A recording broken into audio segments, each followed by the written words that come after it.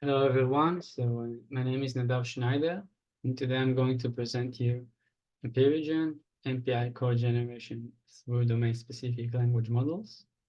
But first, I want to say thanks to my collaborators, Niranjan Hasabnis, Vivo, Tal Kadosh, Neva Krien, Mihai Capotă, Guy Tamir, Ted Willke, Nesreen Ahmed, Yuval Pinter, Timothy Mattson, and Gal. First, what is distributed parallelism and MPI?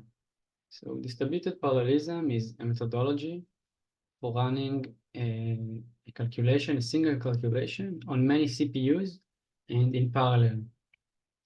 This running is done in a synchronized fashion, and they communicate with each other through the process. Now, MPI is responsible for that communication. Why do we even need that? For example, applications like weather forecasting, oil and gas explorations, and physical simulations in general. These simulations often require large compute resources and many hours of running time. Distribute it, let's say on 1,000 CPUs instead of one, can save precious time. Another application is in deep learning. So OpenAI, the mother of ChatGPT, has been using MPI to accelerate the learning and the training of its models. Domain decomposition is one of the main problems that need to be addressed during the parallel and distributed parallelism of the code. And it is actually the partition of the problem space into the different nodes, different CPUs, where each subdomain is processed independently and, if necessary, communicate with others. Let's see an example. Here we can see a calculation of pi using MPI in C code. We distribute it to 4 CPUs. This is the compiled line. And we can see here the domain decomposition, where each CPU is responsible for a set of iterations and do a local summation in its responsibility. And after the calculations are done independently and in parallel, MPI-reduce function collects those summations and add them together to the final solution, which is pi in this case. So the problem of paralleling the code from serial to distributed through MPI consists of two sub-problems. First one is the domain decomposition. Divide the problem space, which is actually doing some changes in the structure of the code. And the second one, inserting appropriate MPI functions in their correct locations. Now, automatically translate serial code into MPI code is challenging.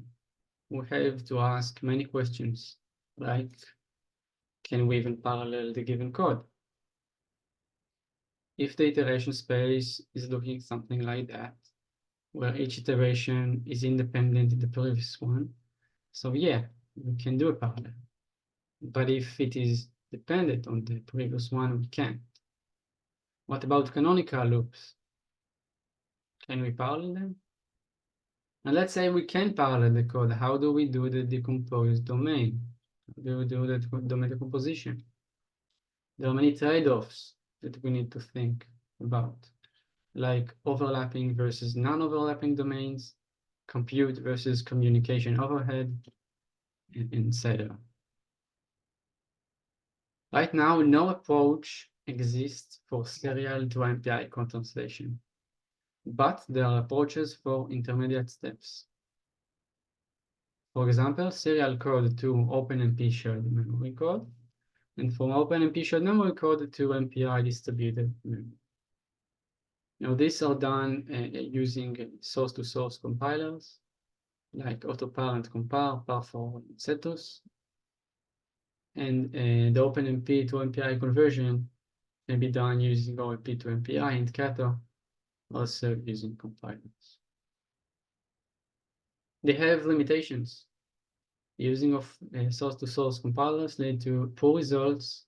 They often just don't generate the pragma in case of OpenMP, and don't generate the MPI functions or the needed structural changes in the code in the MPI case. And they're also obligated to compile the codes only. What about AI? So again, there is no AI that does the conversion from serial to serial, from source to source, but natural language to distributed memory code, meaning we input a sentence prompt and asking to address a specific task in a distributed MPI way. For example, ChatGPT or HPC-coder, but this doesn't work really well as well. They often generate long and incorrect code, and as the HPC-coders writers say, they lack the ability to properly use MPI. They just don't understand how to use properly the MPI routines. So the problem statement of translate serial code to MPI code consists of two subproblems: domain decomposition and inserting the correct MPI functions. And ideally, we want to teach an AI model to do this translation. But we don't have dataset for this, and we have many limitations. And for this statement, the statement for this paper is assuming that the domain decomposition has already been done, but the MPI functions are yet to be written.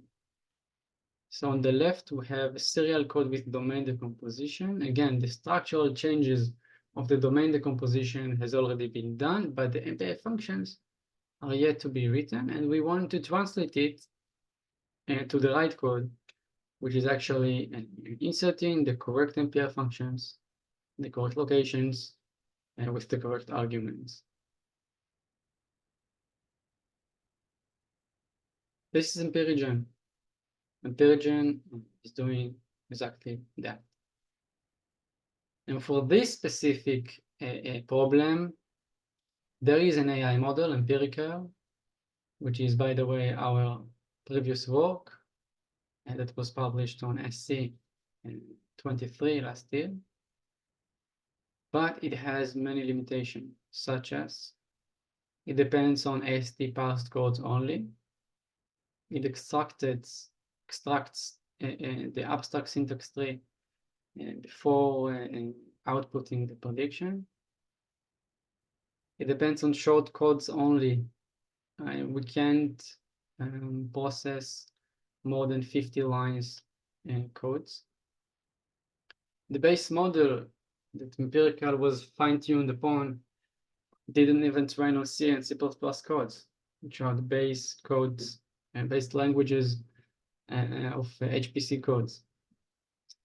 And the last one, no MPI functions arguments generated, only the MPI function calls and locations. So the contributions of this paper is first, MPIrigen, the first public model for full generation MPI function calls. The second, HP Corpus MPI, the first public dataset of domain decomposition MPI programs only. And third, an innovative pre-process for language models completion task. I'm going to elaborate about each of these in a second. Of course, all is on our GitHub. MPIrigen design choices. We had to ask a few questions before plugging and developing MPIrigen. So first, we scrapped data from GitHub of MPI codes. But then, what is the model input? Do we take the whole repository? Maybe only for loops? Second, how do we create this domain decomposed code? Is MPI variables removal sufficient? Maybe MPI functions removal sufficient? And the last one, do we train for a completion or a translation task our model? So the first one, we decided to focus on codes with MPI init to MPI finalized constructs only, under the assumption that the main flow of the domain decomposition has been done in this construct. So we take only files, only main files that contain MPI init to MPI finalized. Second, we've decided that MPI functions removal is sufficient. And in that way, we actually can do a self-supervised learning. And the third and last one, decoder only transform model from left to right training. So we suggest a solution that can do the training for the language model from left to right. And let's see. So first, we take the MPI source code and add the numbers in each line. Then we remove the MPI functions, update the line numbers, and concatenate the MPI functions and their locations at the end of the code. And in this way, in this manner, we can teach and train a language model to predict the MPI functions and locations only after observing the whole code, the whole flow of the code, from left to right. So again, we have three stages in this pre-process: line numbering, MPI functions removal, and concatenations, pairs of applications in the MPI function in the end of the code. Okay, so the base model of MPIrigen is called MonoCoder. We fine-tune MonoCoder, then we get MPIrigen. But what is MonoCoder? MonoCoder is based on PolyCoder, which was trained on 12 programming languages, and on the architecture of PolyCoder. But MonoCoder was trained from zero, from scratch. It was pre-trained only on C and C++ HPC codes only. So we take this and do a fine-tune. Our dataset, HP Corpus MPI, consists of two different datasets. HP Corpus, which is a dataset of HPC codes only, and MPI code corpus, which is a corpus of MPI codes only. We unite those, remove duplicates, and taking only file containing main function and MPI init to MPI finalized constructs, and also codes with less than 2048 tokens. Then we do the pre-process that we suggested and create pairs of labels in the input. Now, to evaluate our approach, we ask 4 research questions.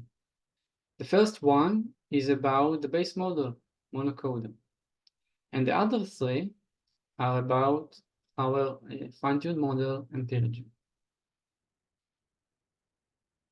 The first research question is, is MonoCoder capable of generating proper MPI code without fine-tuning and in the absence of local semantics? So we actually take this MPI source code, and every function converts to func and the number. Every variable converts to var and the number. And the idea is to see how well the base model can handle this kind of code and predict the continuous of the code. Let's see here. So we take only the first 100 tokens, and then we let MonoCoder to predict the rest of the code, the continue of the code. Then we take 300 tokens, and again, we want to see how well MonoCoder handles this kind of codes, and actually how well it handles the structure of the code, how well it understands the structure of the code. We compare it to PolyCoder and GPT-3.5, and MonoCoder achieves better results by the metric of conversion. About the other three, so we want to ask, is MPIrigen capable of inserting the calls to MPI functions in the right locations? And then in the correct MPI function calls, then correct MPI function arguments. So first we compare the locations that it has predicted. Then we compare the functions of the correct locations functions, and then the arguments of the correct functions. We'll see in a second an example. So this is the ground truth. We then remove the MPI functions. This is the model input. Yeah, we also have line numbers in each line. The ground truth finally will look like this, and the model output will be this prediction. Then we compare the model output with the output. So first locations, 6 and 6 is correct, 7 and 7 correct, 8 and 9 incorrect, correct, wrong. And then the average will be 0.6. Then we remove the MPI functions with the wrong locations. And then we compare only the MPI functions calls. So MPI init and MPI init. This is wrong, correct. And again, do an average. And then the arguments of the correct MPI functions. Correct, correct, wrong, etc., etc. And then an average. Okay. So we do this test on our HP Corpus MPI test split, and we compare it to GPT 3.5. But first, as you can see, there's something called variance. And variance is actually the tolerance of the location difference. So if the variance is 0, we cannot tolerate one difference in the line, so 8 and 9 will be wrong. But if the variance is 1, 8 and 9 is sufficient. Many times, a difference in one line is sufficient in MPI codes. So we do this test across the number of MPI function calls, which is, of course, with a straight correlation to the length of these codes. As we have more and more MPI function calls, the code is more complex and often is longer. This is why the accuracy decreases as we add more MPI function calls. So we can see that MPIrigen location accuracy converges around 0.8, while GPT 3.5 converges around 0.5. The MPI function calls of MPIrigen converges around 0.7, while GPT is around 0.6. And the arguments is 0.94 versus 0.8. Now, something that is really interesting is looking about the distribution of the MPI functions. So on the left, we can see the distribution of, and we look on the most popular MPI function, and we see the distribution of those functions as a function of number of MPI function calls. And on the right, we can see the accuracy of our model MPIrigen for each of these MPI function. You can see that the MPI init is pretty well, like 0.8, but MPI bcast is around 0.4. To conclude, we created MPIrigen, an API full generation model.